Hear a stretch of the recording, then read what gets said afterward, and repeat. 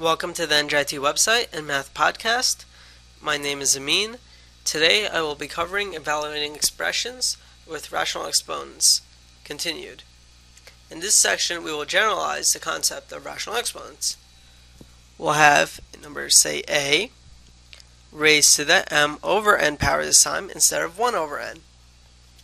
This will be the same as the nth root of a to the m, which is the same as the nth root of a whole thing to the m. Now let's look at some examples. Say we have 8 to the 2/3, which is going to equal the third root of 8 squared, which equals the cube root of 8 times cube root of 8, which equals 2 times 2, which equals 4.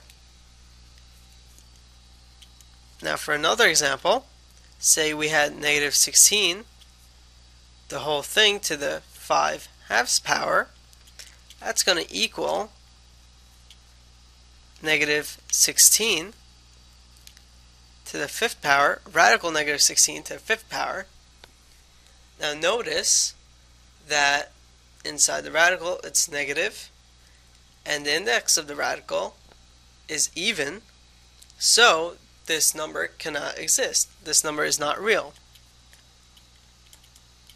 This is not a real number.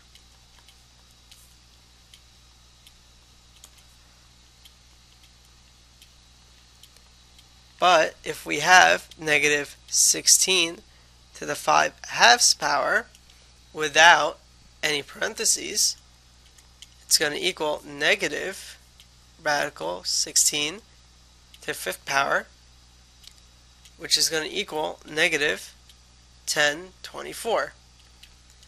Notice how different the problems are just because of the parentheses. Now for another example, say we have 100 to the negative 3/2 power.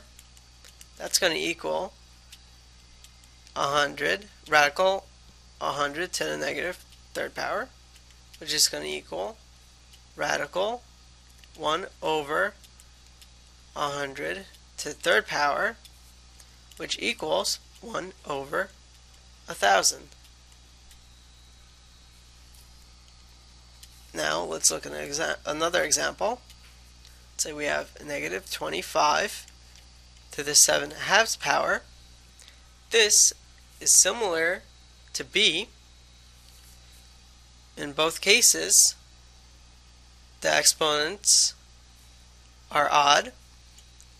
The numerator, or the index of the radical, is both even, and inside the radical it's going to be negative, so it can't be a real number.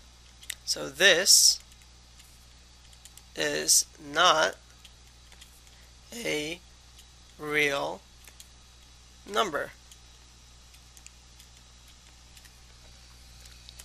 Thank you for visiting the NJIT website. If you need further assistance, stop by the CAPE, Kufrin Hall, room 200.